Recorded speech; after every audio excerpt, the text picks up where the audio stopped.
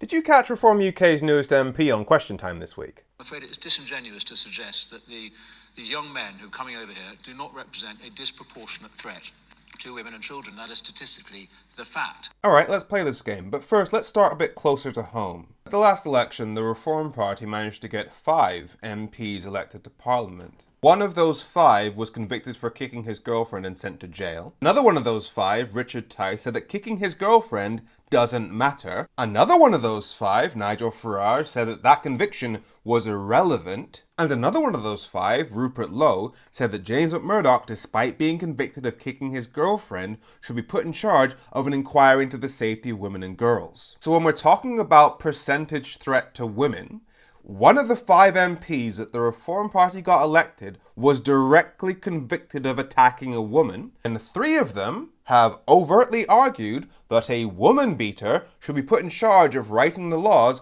that affect the safety of women and girls. Which means that 80% of the MPs that the Reform Party got elected last summer are complicit in undermining the safety of women and girls. So for Danny Kruger, as a Reform MP, to argue that groups who represent a disproportionate threat to the safety of women and girls should be banned from the UK, when Reform MPs objectively represent probably the most disproportionate threat to the safety of women and girls on the board, kind of wild. But don't worry, let's address the actual point he's making. And what they're talking about when they say per capita is this. These are the conviction rates by ethnicity for 2017, which is the most recent year we have. For example, for S offences, we have 4,455 committed by white people. With black people, it's 442. With Asian people, it's 436. Now, even before we divide it by population, the main thing you should realize is if that many are being committed by white people, but their entire narrative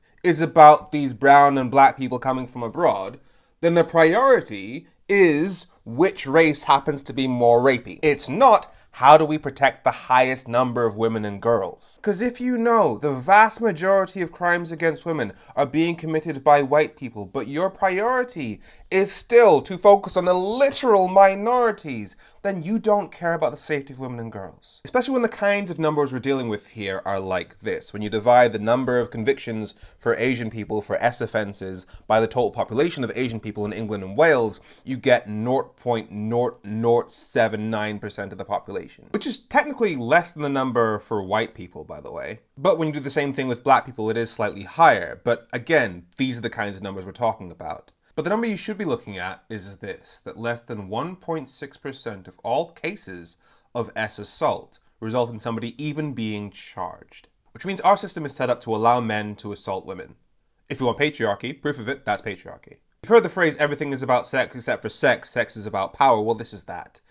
Patriarchy in action. And if power is a relevant factor here, then obviously race and class are going to play a role too. For example, how much money does the defendant have to send an army of lawyers to ruin the victim? Which has something to do with the fact that nearly 70% of rape victims drop out of the investigations during the course of their investigation. But when it comes to race, look at the numbers here. These are the conviction rates for S offences. And with white people, the conviction rate is 64.8%. With black and brown people, it's about 52%.